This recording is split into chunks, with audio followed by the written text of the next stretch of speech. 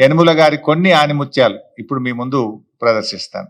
రైతు బంధు పంటలకే ఇస్తున్నావు కదా, మూడో పంటకి ఎందుకు ఇస్తలేవు? పంటకు 5,000 ఎకరానికి ఇచ్చినావు, 2 పంటలకే ఇచ్చినావు కదా సన్నాసి రైతు బంధు. మరి 3 పంటలు పండిస్తే 3 సార్లు ఎందుకు ఇస్తలేవు రైతు బంధు? భూమి లేని ఉపాధి హామీ కూలీలకు కూడా సంవత్సరానికి 12,000 రూపాయలు ఇస్తామని చెప్పినాము.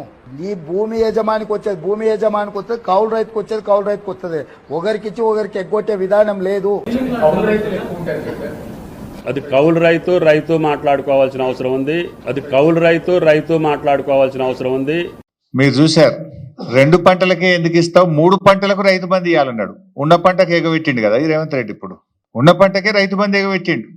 అంటే ఎన్నికల ముందు ఇంకో మాట చూశారు, కౌలు రైతుకు ఇస్తాం, రైతుకు కూడా ఇస్తామన్నాడు రైతు బంధు. కౌలు రైతుకి ఇచ్చినామని రైతుకు ఎగ్గొట్టం, రైతుకి ఇచ్చినామని కౌలు రైతుకు ఎగ్గొట్టం అన్నాడు ఆనాడు రేవంత్ రెడ్డి గారు. ఇవాళ ఏమంటున్నారు, అది కౌలు రైతు ఇద్దరు మాట్లాడుకోవాలి అని చెప్పి నిస్సిగ్గుగా మాట మార్చిన ఈ ప్రభుత్వ తీరు మీరు గమనించవచ్చు. ఇప్పుడు ఏమంటున్నారు, అధికారంలోకి రాగానే అది కౌలు రైతా వాళ్ళే తెలుసుకోవాలి, మాకు సంబంధం లేదన్నారు. ఆ రోజేమో కౌలు రైతుకు ఇస్తాం, రైతుకు ఇస్తాం, 3 పంటలకు రైతు బంధు ఇస్తా అన్నాడు. నిన్న మాట్లాడుతుండు సిగ్గు లేకుండా ముఖ్యమంత్రి. ఏం మాట్లాడుతుండు నిన్న? గత ప్రభుత్వం అట యాసంగి పంటలో రైతు బంధు ఎగ్గొట్టిందట. రైతు బంధు డబ్బులు ఇవ్వడానికి మేము జమ చేసి ప్రకటన కూడా చేస్తే ఎలక్షన్ కమిషన్ కంప్లైంట్ ఇచ్చింది మీరు, రైతు బంధును ఆపింది మీరు. ఇంకా అప్పుడు రెచ్చిపోయి ఏమన్నావు, ఇప్పుడైతే 10,000 మేము వస్తే 15,000 రైతు బంధు వేస్తా అని ఎన్నికల్లో ప్రచారం చేసినావు. డిసెంబర్ 7వ తారీఖు నాడు నువ్వు ముఖ్యమంత్రిగా బాధ్యత తీసుకున్నావు. నాట్లు ఎప్పుడు పడతాయి తెలంగాణలో? డిసెంబర్ 7 తర్వాత 10 తర్వాత జనవరి దాకా పడుతుంటాయి నాట్లు. ఎప్పుడైనా డిసెంబర్, జనవరి, ఫిబ్రవరిలో రైతు బంధు వేసినాం. ఇప్పుడు నువ్వు ఎప్పుడు ఇస్తా అంటున్నావు రైతు బంధు?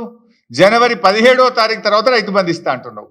డిసెంబర్ 7 నాడే నువ్వు ముఖ్యమంత్రి అయితివి, మరి నువ్వు ఇవ్వాలి కదా రైతు బంధు. ఇప్పుడు జనవరి 17కి ఇస్తా అంటున్నావు. జనవరి 17కు డిసెంబర్ 7కు మధ్య తేడా 40 రోజులు. అంటే రైతు బంధు ఎగ్గొట్టింది రేవంత్ రెడ్డి, నిస్సిగ్గుగా గత ప్రభుత్వం ఎగ్గొట్టిందని చెప్పగలిగిన నేర్పరితనం కూడా రేవంత్ రెడ్డిలో ఉంది. అంటే దొంగ అన్నట్టు ఈయన ఎగ్గొట్టింది రేవంత్ రెడ్డి, రైతు బంధును ఆపింది రేవంత్ రెడ్డి, కేసీఆర్ ఎగ్గొట్టిండు, బీఆర్ఎస్ ప్రభుత్వం ఎగ్గొట్టిందని ఉల్టా చోర్ కోత్వాల్ కు డాంటే అనే విధంగా మాట్లాడిండు.